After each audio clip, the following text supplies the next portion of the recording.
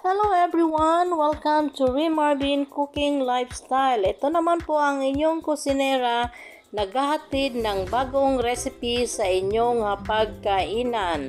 Ang lulutuin natin ngayon ay fresh labong na ginisa sa sili. Ayan, na maanghang, spicy bamboo shoot. Ito ang ating labong fresh na fresh, kinuha sa may kawayanan. Ito, hiniwa na natin. Hiwain natin siya ng pahaba na maninipis. Yan. Yan, ganyan ang pagkahiwa niya para pag niluto natin, sisiksik ang kanyang mga spice. Ito na tapos na nating hiwain. Ayan. Ayan ang ating labong. Ganyan ang pagkahiwa. Pagkatapos nating hiwain, ating ilagay sa ating kaldero at pakuluan ng mga 10 minutes para matanggal yung kanyang parang starch o parang malantong amoy. Pakuluan lang natin ng 10 minutes. Yan, lagyan natin siya ng tubig at isalang natin sa ating kalan. Ito naman ang ating mga sangkap, ang kamatis, ang ginger, luya, onion, at ating lemon, at ang ating siling mahaba. Ngayon, hiwain natin ang ating mga sangkap. Yan, mga kabayan. Sa hindi pa po nakasubscribe sa ating channel, just click the subscribe button and notification bell para ma-notify kayo sa ating mga newly recipe at uploaded video. Ayan, hinihiwa na natin ang ating mga sangkap, ang ating onion, garlic, ginger. Ayan ang ating mga fresh na mga sangkap. Mga kabayan, mga ka-OFW, saan mang sulok ng mundo. Ayan, magluluto tayo ng masarap na ulam na simpleng-simple lang. Ayan na, mga ka-OFW, mga kabayan, ganyan ang buhay bakasyonista. Lahat ng ating ulam ay fresh na fresh from the farm. Ito ang ating bawang, iginayat na natin, ayan. Ayan. Sunod natin ang ating siling mahaba pero hindi natin nauubusin dahil yung iba ayaw ng masyadong maanghang. Ayan po, atin ang pagkatapos nating mahiwa lahat ng ating sangkap ay umpisahan nating maggisa ng ating labong or ang ating dabong. Sa Ilonggo is tambo. Ito ang ating kamatis. Wala tayo kasing ang red na kamatis is mahal kaya medyo green pa yung ating kamatis. Ito naman ang ating lemon. Ang ating lemon, hiwain lang natin yan pero pipigain natin ang katas lang na yan ang ating kailangan mamaya. I-squish natin yan para ilagay yung kanyang ang kanyang juice sa ating niluluto mamaya. Ayan. So again, sa hindi pa po nakasubscribe sa ating channel, just click the subscribe button and notification bell para ma-notify kayo sa mga newly uploaded videos and recipe. Ayan na. Tapos na nating nahiwa ang ating mga sangkap. Ngayon naman, punta tayo sa ating kalan.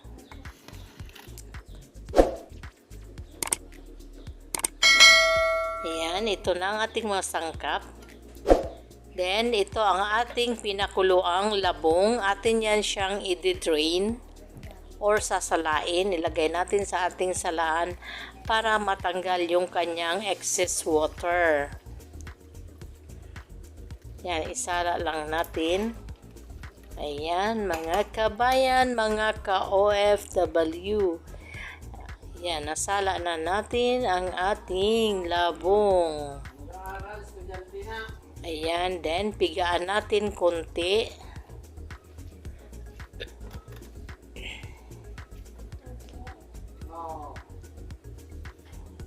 Ngayon, umpisahan nating magisa dito sa ating pan. Maglagay lang tayo ng konting mantika. Then, pag nainit na, ilagay natin ang ating onion.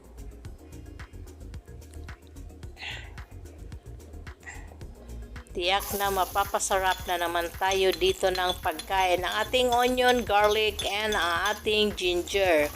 Igisa lang natin hanggang lalabas yung kanyang napakahalimuyak na amoy at nagpapasarap sa ating niluluto. Ayan, hindi naman kailangan mag golden brown, basta lalabas lang yung kanyang aroma. Then isunod natin ang ating kamatis. Yan, palambutin lang natin din ang ating kamatis. Then isunod natin ang ating hiniwang siling mahaba. Hindi ko po dinamihan para hindi masyadong maanghang ang ating niluluto. Yan, gisa-gisa lang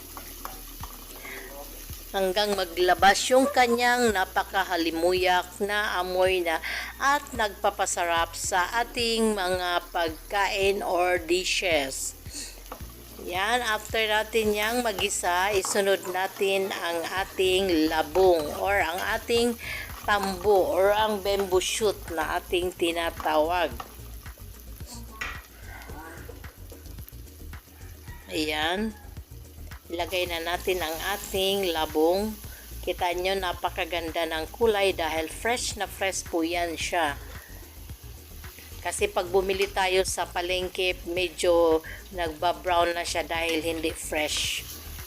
Ito fresh na fresh, hinuha natin sa puno talaga ng kawayan.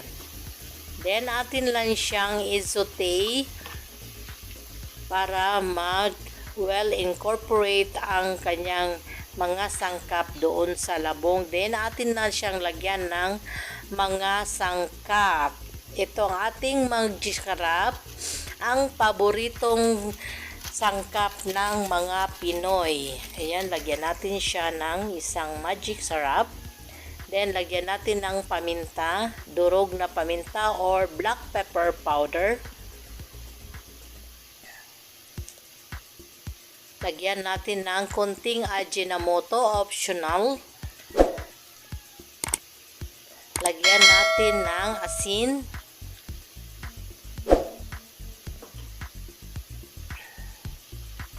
Then, ating i-mix ang ating niluluto para hindi masunog sa ilalim. Ayan po. Yan, continue lang. Mabilis lang itong lutuin dahil ang ating labong is pre-cook na yan siya kanina. Then, ilagay natin ang ating siling mahaba. Press din yan ang ating mga sili. Then, ilagay natin ang ating pinigang kalamansi. Ayan.